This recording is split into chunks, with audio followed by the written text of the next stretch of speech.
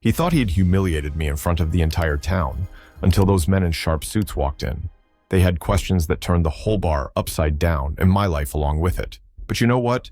That was just the first blow. Let's start from the beginning. It was just another evening in a small Colorado town with neon signs buzzing over the main strip, the hum of conversations spilling out of bars, and locals moving through the familiar rhythm of their routines. Right in the heart of it all was David Grace, the 28-year-old karate master with the kind of swagger that made heads turn, and not always in admiration. David wasn't just any local, he was the local. His dojo was thriving. His TikTok videos showcasing high-flying kicks and perfectly choreographed takedowns were racking up views, and his chiseled jawline paired with his self-assured grin made him a hard man to ignore, or avoid, depending on who you asked.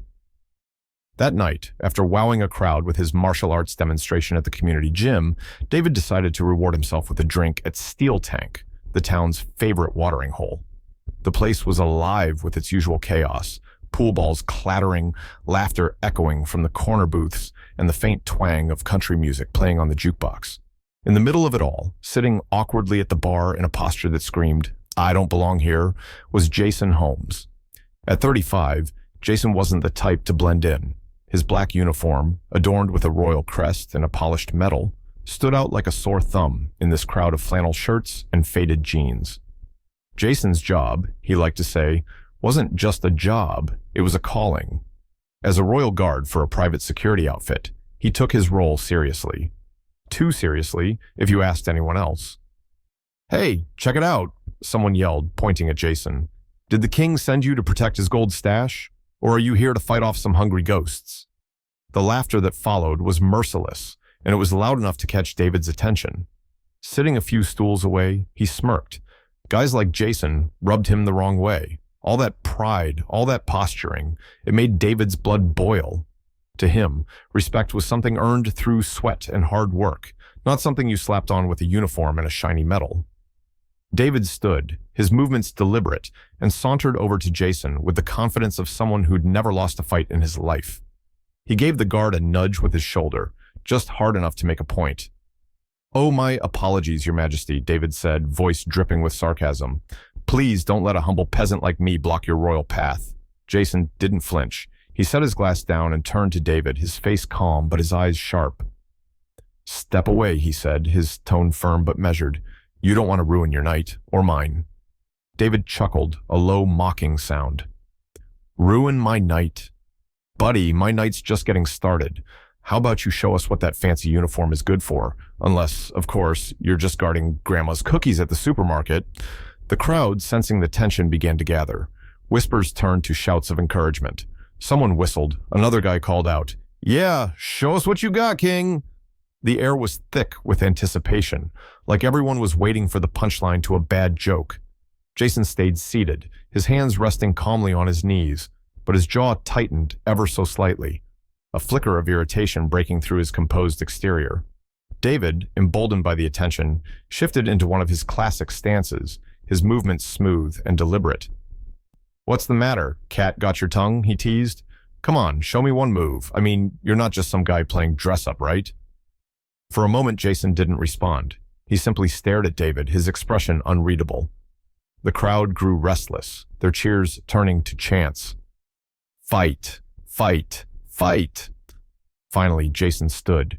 His movements were slow and deliberate, but there was a weight to them, a sense of control that made the air in the room feel heavier.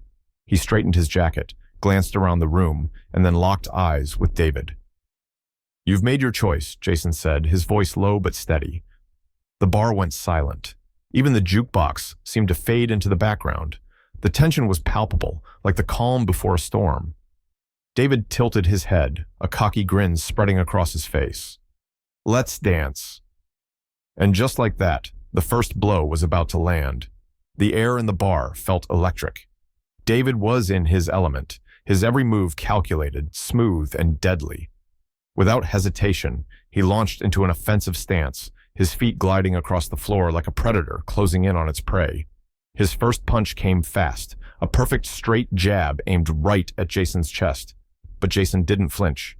With a steady hand, he blocked it, his palm absorbing the impact like a steel door slamming shut. The crowd erupted in cheers, phones already out and recording the showdown.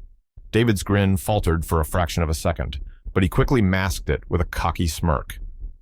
"All right, let's see how long you can keep this up," David said, shifting his weight and sending a roundhouse kick toward Jason's side.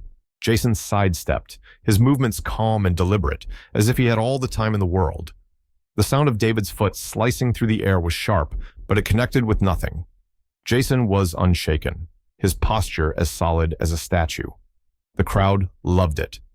"Whoa, did you see that?" someone shouted. Others began placing bets, the energy in the room climbing with each failed attempt David made to land a hit.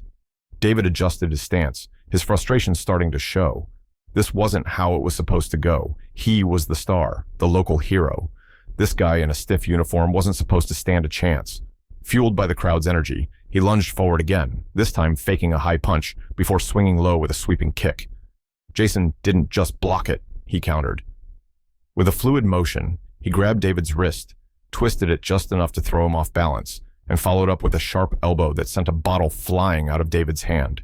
It clattered to the floor, rolling to a stop at someone's feet. The crowd roared in amazement. "Not bad for someone who looks like they moonlight at a Renaissance fair," David quipped, his voice dripping with sarcasm. But there was an edge to his tone now, the bravado starting to crack. Jason didn't respond. His focus was unshakable, his movements precise. For him, this wasn't about showing off.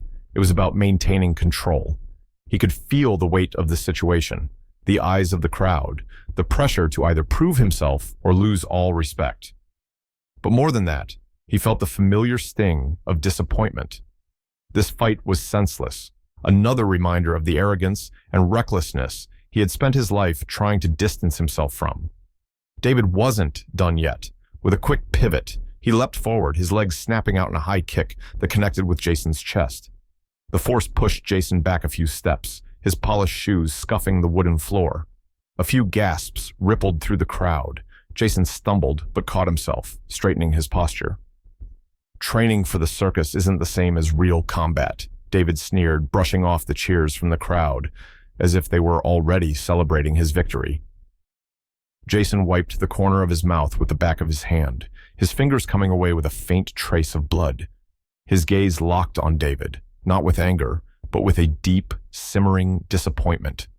It wasn't the pain that got to him, it was the futility of it all.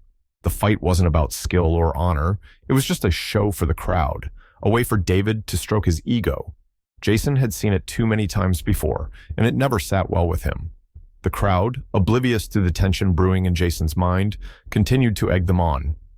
"Is that all you got, King?" someone shouted, followed by laughter. Another voice chimed in. "That uniform's probably rented. You're not even a real guard, are you?" David latched onto the taunt like a dog with a bone. He stepped closer to Jason, yanking at the metal pinned to his chest. "This plastic?" he said with a mocking laugh. "I've seen better prizes in cereal boxes." Jason didn't flinch. He didn't even look at David. Instead, he took a slow breath, his jaw tightening as he prepared himself. Then, without warning, he struck. It wasn't flashy or dramatic. It wasn't a wild punch or a spinning kick. It was one sharp, deliberate movement, a straight palm strike that hit David square in the chest. The force sent him stumbling back several steps, his heels nearly skidding out from under him. The crowd fell silent, their cheers replaced by stunned murmurs. Jason straightened his jacket, his expression unreadable. When he finally spoke, his voice was low and cold, cutting through the tension like a blade. "I didn't come here looking for a fight," he said, his words deliberate, "but you crossed a line, and now you're going to regret it." The room was still. Even David, clutching his chest and gasping for air, couldn't muster a retort. For the first time that night, the self-proclaimed karate master realized he might have underestimated his opponent. The bar doors flew open, and in walked a group of men in sharp suits, their presence slicing through the room like a knife. The chatter died instantly, replaced by a heavy silence. The tallest of the group, with slicked back hair and a no-nonsense expression, held up a badge for everyone to see. "Jason Holmes, we're here for you." The room froze. Every set of eyes turned toward Jason, who stood by the bar, still catching his breath from the fight. David, standing a few feet away, was too stunned to speak. His chest heaved, his pride still smarting, but his confidence was replaced with something foreign, doubt. Jason didn't flinch. He turned to the agents with a calm that made the moment even more surreal. "Couldn't this wait until morning?" he asked, his tone so casual it felt like a joke. The lead agent stepped forward, his polished shoes clicking against the floor. "You made it public, Jason. We got the signal. Your mission was compromised." "Mission?" someone in the crowd repeated, confusion rippling through the room. David blinked, his voice unsteady. What is this? Who even are you?" Jason glanced at him, his expression unreadable but edged with amusement. "And here you thought I was just guarding a museum door." The murmur spread like wildfire. The agents, unfazed, began moving around the bar. One opened a briefcase, pulling out what looked like surveillance equipment. Another approached a guy holding his phone up, still recording. "Sir, we need that footage. It's evidence," the agent said flatly. "It's just a bar fight," the guy protested, clutching his phone. David, still trying to piece together what was happening, finally blurted out, "This is all some kind of misunderstanding. We were just fighting." Jason cut him off, his voice calm but firm. "Let him keep the video. It won't change anything." David's mouth opened, but no words came out. Jason stepped forward, his gaze sweeping across the crowd. The air felt heavier now, every eye in the room glued to him. "Since everyone here is so curious, let me make this simple," Jason began, his tone steady and deliberate. "I'm not a guard in the way you think. I work undercover. My job is to protect people and information that matter a lot more than you'll ever know. It's not glamorous, but it's necessary." The crowd gasped. Someone near the back muttered, "Is this guy for real?" Jason ignored the skepticism. "Sometimes, people like me end up in situations like this, situations where someone decides to test the wrong person." His eyes locked on David, who shifted uncomfortably. For the first time, David felt the weight of his own arrogance. "You're serious?" David asked, his voice cracking slightly. Jason's lips twitched into a faint smile. "I'm saying you thought you were humiliating me tonight, but all you did was show everyone how small you really are."